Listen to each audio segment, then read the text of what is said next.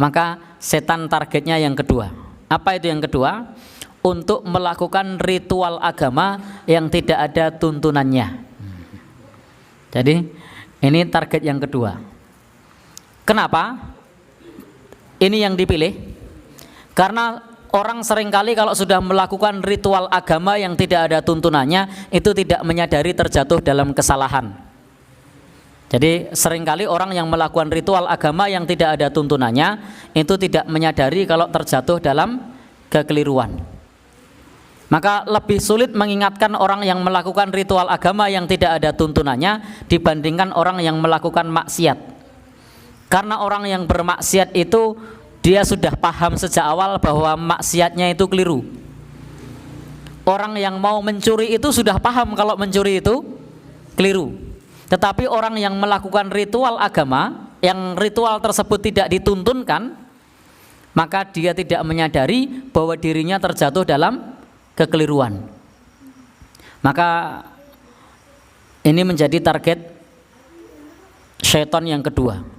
Jadi targetnya bagaimana manusia tersebut melakukan perbuatan yang tidak ada tuntunannya. Syekh Wahid Abdus Salam Bali menyebutkan hal ini lebih disukai setan daripada kefasikan dan kemaksiatan.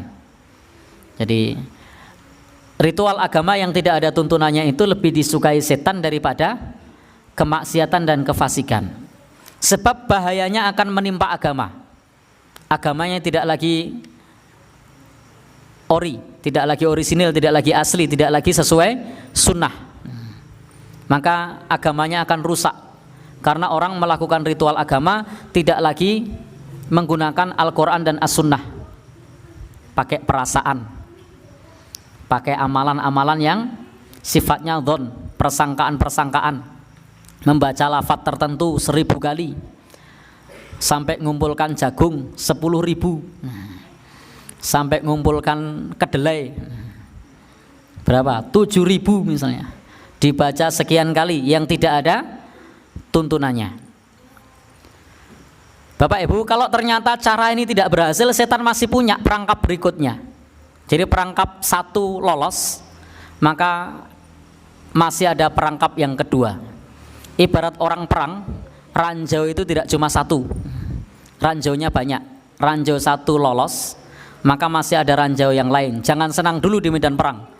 Kalau ranjaunya sudah meletus, lalu kemudian menganggap dirinya sudah aman, padahal masih ada ranjau yang lain.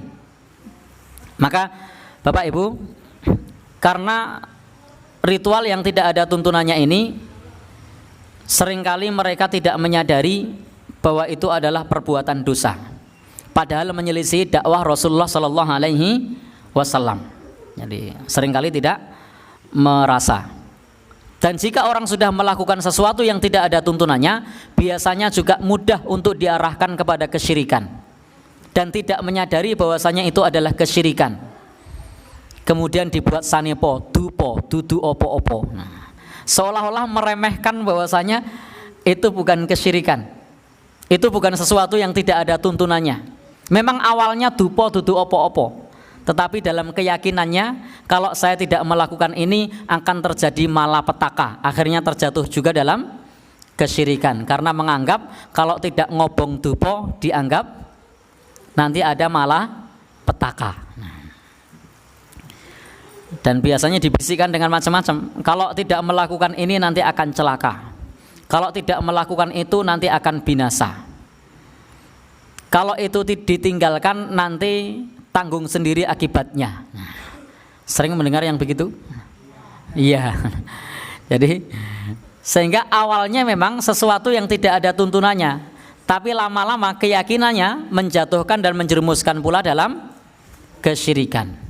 Karena meyakini bisa mendatangkan malapetaka, meyakini bisa mendatangkan manfaat. Saya baru saja tadi ada yang bertanya, mau menikah dihalangi sama orang tuanya. Kenapa? Karena orang tuanya ini memahami anaknya tidak cocok, karena yang satunya hari lahirnya Wage, sementara yang satunya Paing. Katanya kalau Geing tidak akan sukses. Jadi pengaruh sukses dan tidak itu tidak ditentukan oleh Wage dan Paing. Allah Subhanahu wa taala yang sudah menjamin rezeki masing-masing. Jadi yang namanya orang sudah ikhtiar nih bonangi tidak sukses saja banyak kok, mosok hanya karena wage dan pahing lalu dianggap tidak sukses. Nah, jadi yang penting bagaimana kita ikhtiar dan terus berdoa kepada Allah Subhanahu wa taala. Jangan sandarkan tawakal kepada hari lahir. Apakah kemudian kalau pasangannya bukan pahing lalu sukses? Nah, belum tentu. Nah, sehingga Bapak Ibu, itu bukan ukuran, bukan tingkatan untuk kemudian menjadi sukses. Baik, di bab ini kalau ternyata gagal melancarkan cara yang kedua, untuk ritual yang tidak ada tuntunannya ini macam-macam ya. Saya tidak perlu sebutkan satu persatu karena pembahasan tentang masalah ini nanti bisa melebar. Saya sampaikan saja secara umum ritual agama yang tidak ada tuntunannya. Karena kalau dalam muamalah itu silahkan inovasi. Dalam masalah teknologi silahkan inovasi. Silahkan berkreasi. Itu dalam masalah dunia. Nabi sendiri berkata, antum a'lamu bi umuri dunyakum. Kalian lebih tahu dengan urusan dunia kalian. Jadi kalau urusan dunia silahkan kreasi, silahkan untuk berinovasi. Tapi kalau agama jangan sekali-kali berinovasi. Bikin tata cara sholat sendiri, nah, ya tidak diterima. Bikin tata cara zikir sendiri, diracik sendiri, nah, ya tidak diterima. Karena prinsip di dalam ibadah itu, satu harus iman kepada Allah, Islam. Dua harus ikhlas. Tiga harus ittiba. Maka harus terpenuhi tiga syarat ini. Kalau tiga syarat ini tidak dipenuhi, maka tidak akan diterima. Jadi wajib beriman Islam. Kalau ada orang tidak iman Islam kok melu sholat, yo konyol. Karena harus syahadat dulu, iman Islam dulu. Yang kedua, dia sudah iman Islam kok melakukannya tidak ikhlas, sama juga tidak diterima. Dia melakukannya sudah ikhlas, tapi ternyata ritual agamanya tidak dituntunkan. Tidak dituntunkan. Harus dilakukan malam Jumat. Jadi harus dilakukan malam Jumat misalnya. Sebelumnya hari Kamis harus berpuasa. Setelah itu diawali rokaat pertama surat ini, rokaat kedua surat itu setelah selesai membaca zikir tertentu 27 kali misalnya. Nah, tuntunannya dari mana? Tetapi orang awam seringkali mengatakan, loh kan baik toh disuruh sholat. Permasalahan di dalam ibadah ini bukan masalah baik atau tidak baik, tapi ada tuntunannya atau tidak. Jadi ada tuntunannya atau tidak. Lalu kemudian mereka mengatakan lagi, loh kan tidak ada larangannya. Di dalam masalah ibadah itu jangan pakai larangan. Ada enggak tuntunannya? Jika hanya karena tidak ada larangannya, niscaya sholat subuh 5 rakaat pun tidak ada larangannya. Coba tunjukkan sama saya, mana larangan sholat subuh 5 rakaat? Ada enggak? Enggak ada. Tapi bagaimana kalau sholat kita subuhnya langsung 5 rakaat? Maksudnya untuk apa? Biar sekalian berkeringat. Berpahala apa enggak? Lo kan tidak ada larangannya. Ada larangannya enggak? Enggak ada. Kenapa enggak boleh?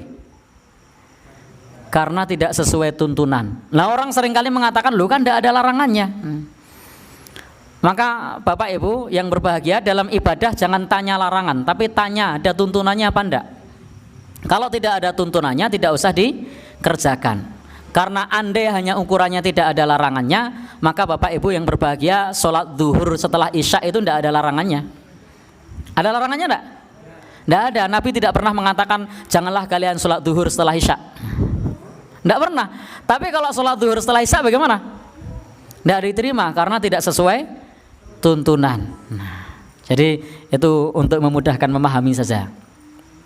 Sehingga jangan bertanya tentang masalah larangan.